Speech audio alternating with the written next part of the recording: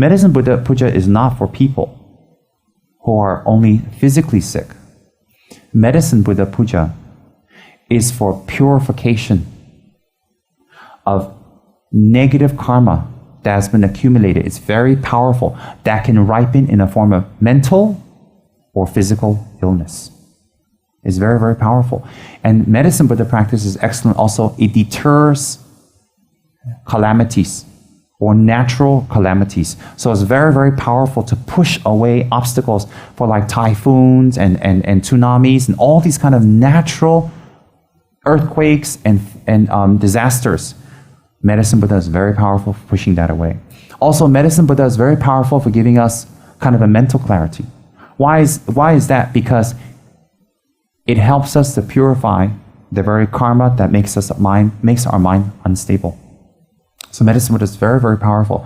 And on top of that, if there's any diseases or physical problems that are about to come in the future, if we engage in Medicine Buddha's puja and practice sincerely now, we're able to nullify that karma, so it's very easy to heal when it arises or it doesn't arise. Remember, karma is in our own hands. So Medicine Buddha is just a method for us to take control. It's a systematized, very confirmed, and very proven method for purifying our karma related to the body. And even before we eat meat, if we have to, even on the bones of the animal or the flesh of the animal, if we recite Medicine Buddha's mantra, we blow it on it. It's very, very helpful for the animal who's died. And if we go on the road, and we see, if you're walking on the road, not when you're driving, of course, when you're going on the road and you see animals that have been crushed, frogs, snails, birds, sometimes cats or dogs, bigger mammals, when you see it, or even insects, it's very powerful to take a moment out and think about the Medicine Buddha as one with your spiritual teacher. I don't know why all spiritual practices, we must think that our spiritual teacher and the Yidam is one to make it very effective. But in the Medicine Buddha Tantra, it's especially highlighted that one should think that one spiritual teacher and Medicine Buddha is one in nature so that it becomes even more powerful. It's highlighted. Even in divination text, if it says, oh, you do a Medicine Buddha puja, it will say, tell you to tell whoever or yourself, please think that your spiritual teacher is the same as as Medicine Buddha in nature. Then when you do that puja, it's much, much more powerful. Like if it tells you to do a Tara puja or it tells you to do a Heart Sutra puja, it doesn't mention about the spiritual teacher. It's a given. But in the Medicine Buddha Tantras, it's much more effective to think that your teacher and the Medicine Buddha are one in nature. And that isn't just during the puja, that's also in your waking day. That's also the way you deal with your teacher. It's the way you talk with your teacher. It's the way you act, and it's and how you perform behind the puja is what makes you really make the puja effective. So if behind the puja you have a lot of doubts, or you fight, or you conflict, or you have bad manners, or you're showing, you're not straightforward, you're not honest with your teacher, then when you do the Medicine Buddha puja, it's very difficult to generate that kind of thought. So therefore, it will be less effective. That's why when we have confidence in our spiritual teacher during pujas, it's very magnified energy. It's like the sun in the sky, and we have some wood we want to burn, and we put a magnifying glass there. When we put the magnifying glass there, we concentrate the heat of the sun onto the object, it starts to burn. So what happens is, if during the day, we always listen to people who have doubts about our teacher, even after we've committed ourselves to our teacher, sometimes we commit from our heart by saying, I commit. Sometimes we commit through refuge. Sometimes we commit through initiation. But once we commit, if we don't put that magnifying glass there, a lot of problems will arise for ourselves. Definitely. And what happens is if we run around different teachers, in the end, only one teacher will remain, and you end up nowhere. You're not close to that teacher. You're not close to the other teachers. You're not here. You're not there. So it's very, very dangerous. So my point is that in the Medicine Buddha Tantras, it is not only for healing. It is not only for healing. And if we know someone that's sick, if we know someone that's not well, Medicine Buddha Puja is very, very effective for them. And so if we have this correct view about our teacher, if we reflect on the kindness of our teachers, and we follow the instructions of our teachers, especially in spiritual practice, then pujas become much more powerful. Why? Pujas is just a summary of what we've been feeling every day. So if we have pujas done in a monastery and we don't have this devotion to our teacher, it'll have some effect, but it won't be as effective as if we have clear samaya, clear thought, and conviction in our teacher.